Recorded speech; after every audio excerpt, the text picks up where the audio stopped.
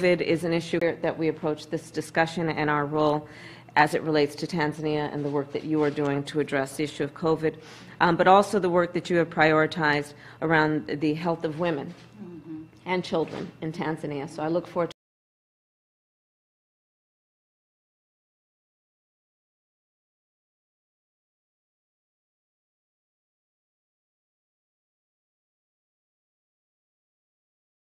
to Tanzania.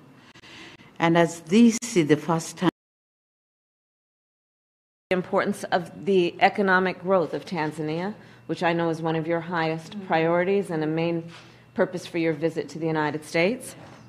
We welcome, of course, the attention you are giving to that, and that the focus of this trip includes in the United States focusing on the investment opportunities as it relates to the economy as a general matter, but also in the area of tourism.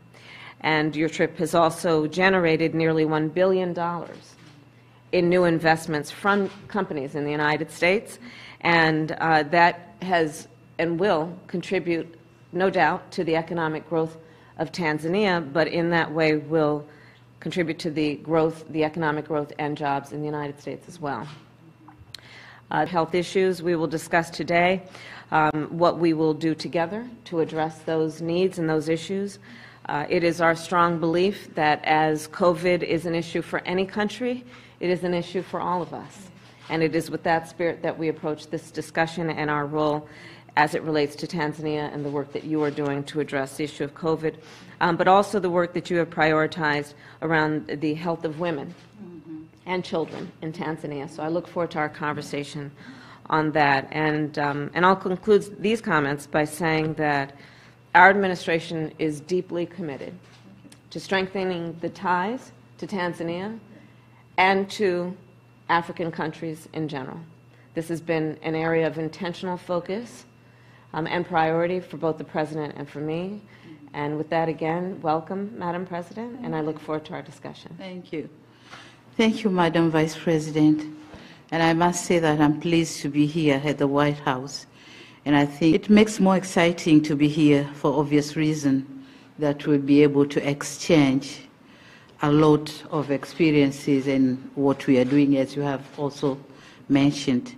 And on that note, I bring goodwill message of friendship and solidarity from the government and the people of the United Republic of Tanzania. And as this is the first time we are meeting in person since assumption of office, I would like to congratulate and the Democratic Party for the resounding victory during the presidential election in 2020. We in Tanzania have been following very closely that election because for the first time there was a woman contesting for the vice president position. So we were very inspired. So let me say that the United States and Tanzania have enjoyed excellent relations for the last 60 years. My government would like to see our relation grow further and strengthened to greater heights.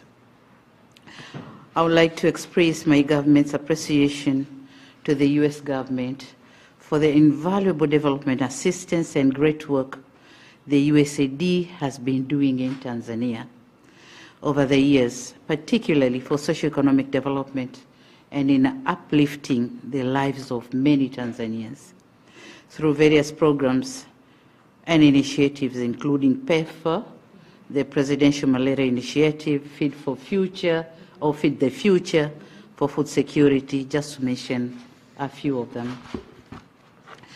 Talking on COVID-19, my country is indeed grateful to the U.S. support in its donation of COVID-19 vaccines through the COVAX facility.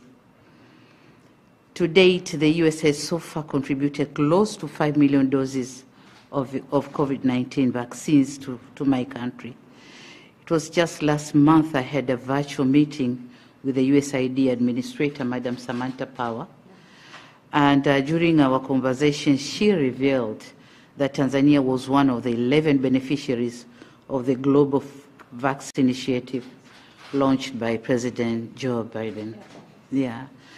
So talking on human rights and rule of law and democracy, Tanzania have made commendable strides in these areas, as you have mentioned, and we are committed to taking deliberate measures to ensure inclusion, cohesion, unity, and respect for all Tanzanians.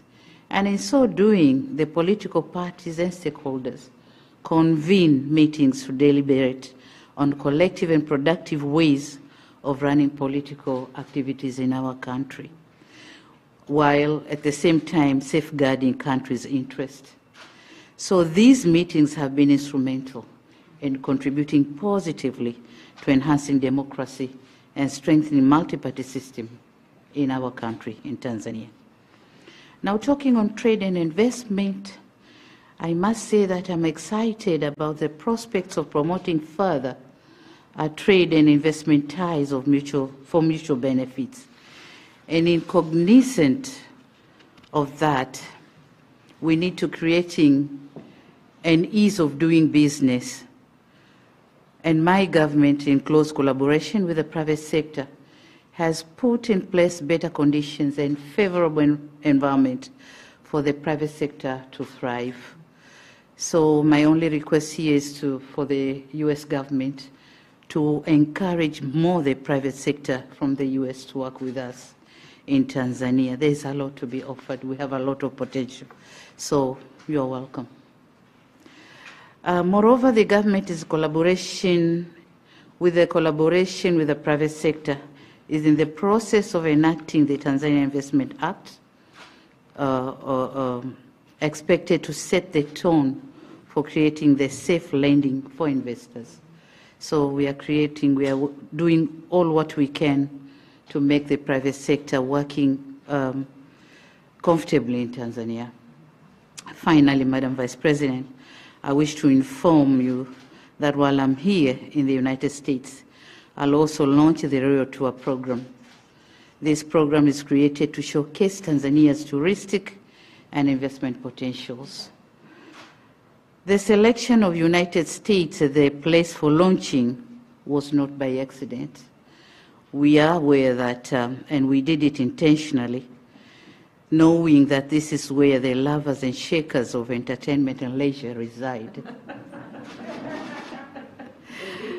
And thus creating an excellent platform for the visibility of the program across the globe. Indeed, it is my hope that the launch of this program will inspire so many people to visit our wondrous country in a note